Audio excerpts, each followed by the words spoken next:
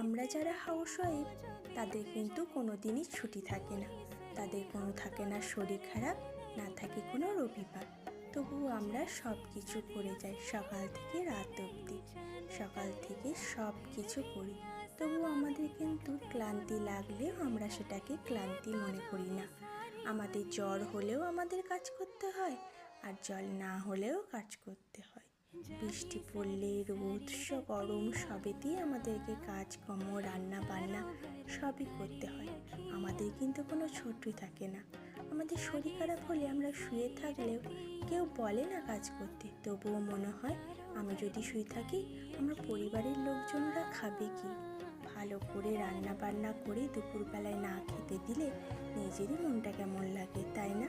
কাদের কাদের এরকম হয় জানিও তো।